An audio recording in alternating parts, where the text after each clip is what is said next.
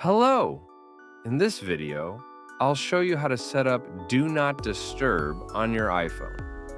Start by opening the Settings app on your iPhone. Scroll down and tap on Focus. Then select Do Not Disturb.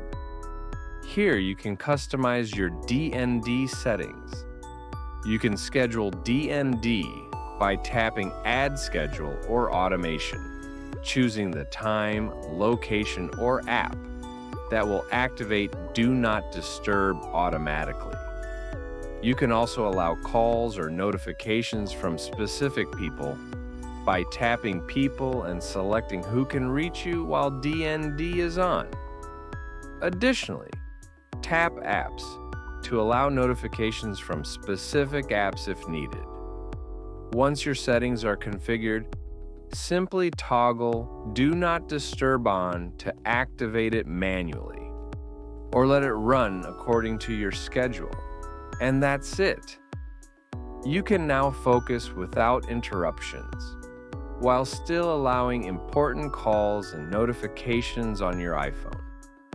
Thank you for watching.